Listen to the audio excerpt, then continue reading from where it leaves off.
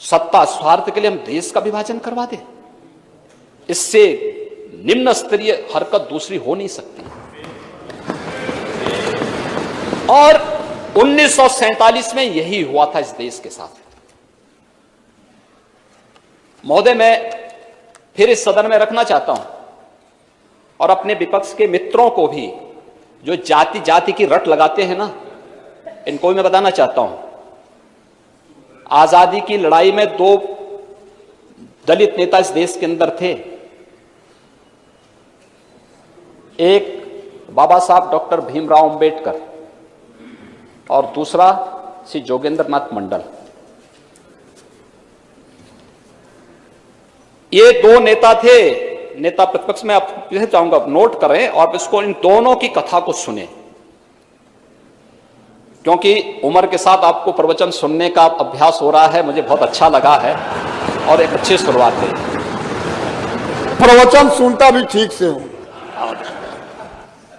नहीं, मैं आपके पूरे भाषण के दौरान बैठा रहा, और मैं इसलिए बैठा रहा कि भाई एक तो आप बलिया के हैं और बीच में कहीं ऐसा ना हो कि हमारे यहां से सुरेंद्र सिंह उठ खड़े हो जाएं, तो इसलिए मैंने कहा मैं स्वयं ही यहां बैठे रहता हूं। तो मैं इसलिए बैठा रहा कि नहीं, मैं पिछली बार नहीं बैठ पाया था, इसलिए इस बार मैं स्वयं ही आपके लिए बैठूंगा। लेकिन हमें इन चीजों को जानना पड़ेगा। देखिए, सत्ताएं आएंगी जाएंगी, महत्वपूर्ण ये नहीं है। महत्वपूर्ण देश है। इस देश से बढ़कर कुछ नहीं हो सकता, हमारे देश कुछ नहीं हो सकता है। और इसलिए इन 2 नेताओं की कथा को हर भारतवासी को सुनना चाहिए और तब सीए पर अपना जवाब भी तलाशना चाहिए। 1946 में जब नेशनल असेंबली के इलेक्शन हो रहे थे, तो कांग्रेस ने बाबा साहब भीमराव अंबेडकर को मुंबई सीट से हरवा दिया था।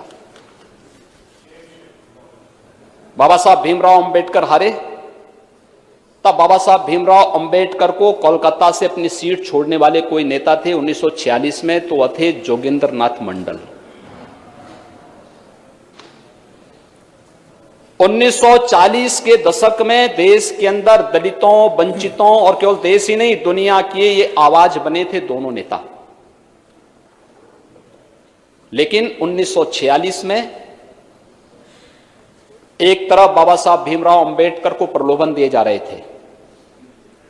किसने नहीं दिया? जिन्ना ने दिया, हैदराबाद के निजाम ने दिया, जूनागढ़ के नवाब ने दिया। लेकिन बाबा साहब भीमराव अंबेडकर, उन्होंने कभी अपने मुद्दे से टस से मस नहीं हुए। उन्होंने कहा था कि मैं जानता हूं कि भारत के दलितों और वंचितों का हित कहां सुरक्षित है। ये बाबा साहब भीमराव अंबेडकर ने कहा था। और उन्होंने पाकिस्तान बनाने का विरोध किया था। बाबा साहब भीमराव अंबेडकर पाकिस्तान बनाने का विरोध किए थे, पुरजोर विरोध किया था। लेकिन जोगेंद्र नाथ मंडल जिन्ना के बहकावे में आ गए, देश विभाजन का समर्थन कर दिए, पाकिस्तान चले गए। बाबा साहब भीमराव अंबेडकर आजाद भारत में भारत के कानून मंत्री बनते हैं। जोगेंद्र नाथ मंडल पाकिस्तान के कानून मंत्री बन जाते हैं। बाबा साहब भीमराव अंबेडकर भारत के संविधान के शिल्पी बने और 1950 आते आते श्री जोगेंद्र नाथ मंडल पाकिस्तान में दलितों पर, हिंदुओं पर, सिखों पर होने वाले अत्याचार से इतने व्यथित हो गए कि महोदय अक्टूबर 1950 को वे वापस भारत भाग के आ गए और कोलकाता में आकर के एक शरणार्थी का जीवन यापन करने लग गए। 1950 से लेकर के 1966 तक जोगेंद्र नाथ मंडल गुमनाम जीवन जिए भारत के अंदर और अंत में उनकी गुमनाम मौत हो गई। कोई जोगेंद्र नाथ मंडल के बारे में वर्तमान की कोई पीढ़ी नहीं जानती होगी, कोई नहीं जानती। देश के साथ गद्दारी करने वालों को इसी प्रकार की गुमनाम मौत मरनी पड़ती है। और दूसरी तरफ बाबा साहब डॉक्टर भीमराव अंबेडकर है, भारत के संविधान के शिल्पी बने। भारत के अंदर किसी भी राष्ट्रीय नेता के इतने स्मारक और इतने स्थल नहीं होंगे। प्रधानमंत्री मोदी जी ने बाबा साहब भीमराव अंबेडकर से जुड़े हुए 5 स्थानों को पंच तीर्थ के रूप में भी विकसित कर दिया। मऊ छावनी, मध्य प्रदेश, जहां उनका जन्म हुआ, भव्य स्मारक बना है बाबा साहब का।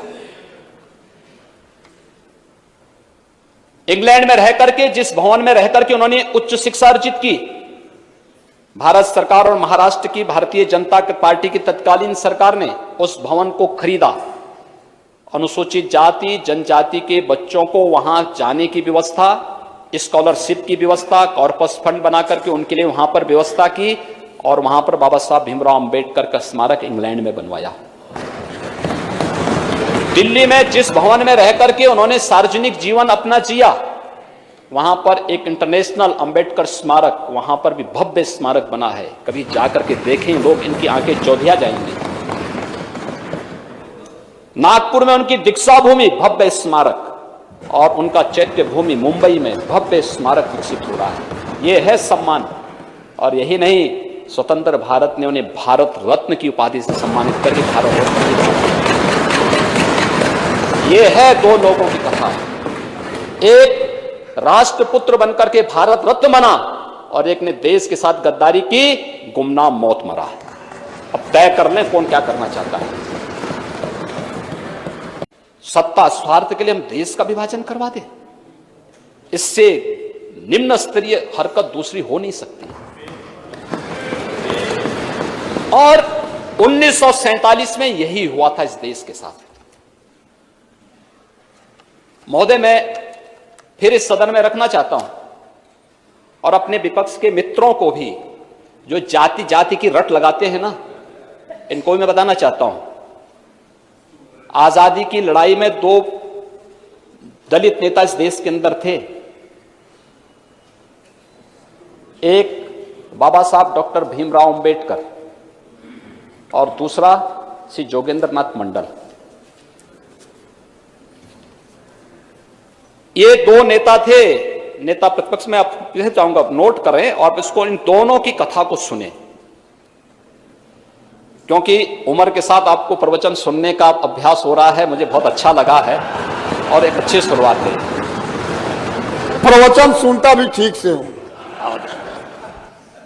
नहीं, मैं आपके पूरे भाषण के दौरान बैठा रहा, और मैं इसलिए बैठा रहा कि भाई एक तो आप बलिया के हैं और बीच में कहीं ऐसा ना हो कि हमारे यहां से सुरेंद्र सिंह उठ खड़े हो जाएं, तो इसलिए मैंने कहा मैं स्वयं यहां बैठे रहता हूं।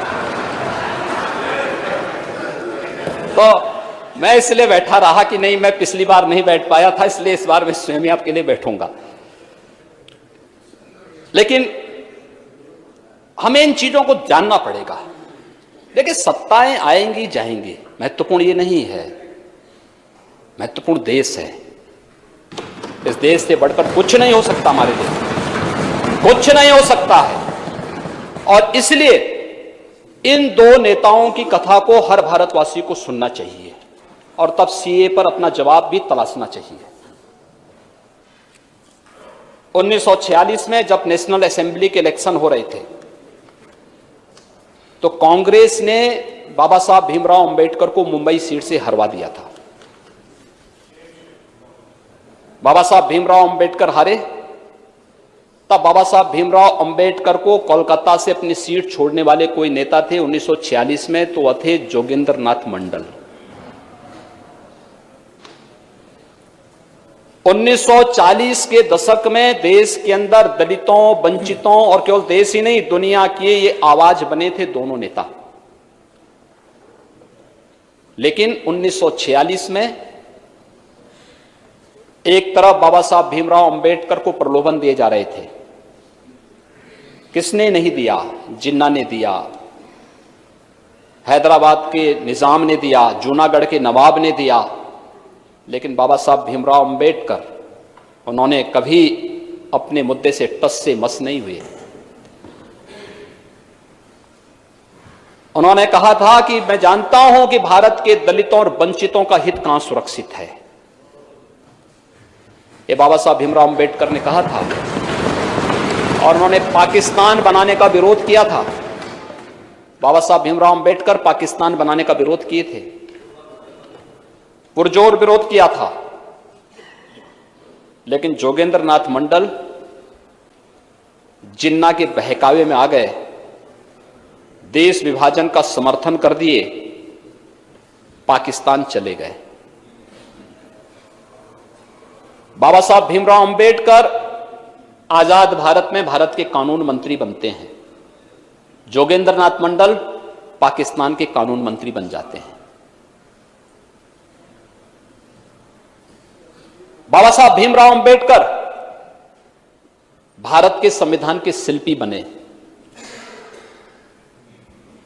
और 1950 आते आते श्री जोगेंद्र नाथ मंडल पाकिस्तान में दलितों पर, हिंदुओं पर, सिखों पर होने वाले अत्याचार से इतने व्यथित हो गए कि महोदय अक्टूबर 1950 को वे वापस भारत भाग के आ गए और कोलकाता में आकर के एक शरणार्थी का जीवन यापन करने लग गए। 1950 से लेकर के 1966 तक जोगेंद्र नाथ मंडल गुमनाम जीवन जिए भारत के अंदर और अंत में उनकी गुमनाम मौत हो गई। कोई जोगेंद्र नाथ मंडल के बारे में वर्तमान की कोई पीढ़ी नहीं जानती होगी, कोई नहीं जानती। देश के साथ गद्दारी करने वालों को इसी प्रकार की गुमनाम मौत मरनी पड़ती है। और दूसरी तरफ बाबा साहब डॉक्टर भीमराव अंबेडकर है, भारत के संविधान के शिल्पी बने। भारत के अंदर किसी भी राष्ट्रीय नेता के इतने स्मारक और इतने स्थल नहीं होंगे।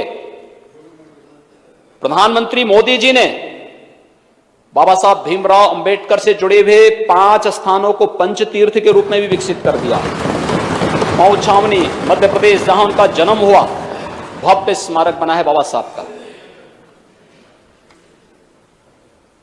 इंग्लैंड में रहकर के, जिस भवन में रहकर के उन्होंने उच्च शिक्षा अर्जित की, भारत सरकार और महाराष्ट्र की भारतीय जनता पार्टी की तत्कालीन सरकार ने उस भवन को खरीदा। अनुसूचित जाति जनजाति के बच्चों को वहां जाने की व्यवस्था, स्कॉलरशिप की व्यवस्था, कॉर्पस फंड बना करके उनके लिए वहां पर व्यवस्था की और वहां पर बाबा साहब भीमराव अंबेडकर का स्मारक इंग्लैंड में बनवाया। दिल्ली में जिस भवन में रहकर के उन्होंने सार्वजनिक जीवन अपना जिया, वहां पर एक इंटरनेशनल अंबेडकर स्मारक, वहां पर भी भव्य स्मारक बना है। कभी जाकर के देखें लोग, इनकी आंखें चौधिया जाएंगी। नागपुर में उनकी दीक्षा भूमि, भव्य स्मारक, और उनका चैत्य भूमि मुंबई में भव्य स्मारक विकसित हो रहा है। यह है सम्मान।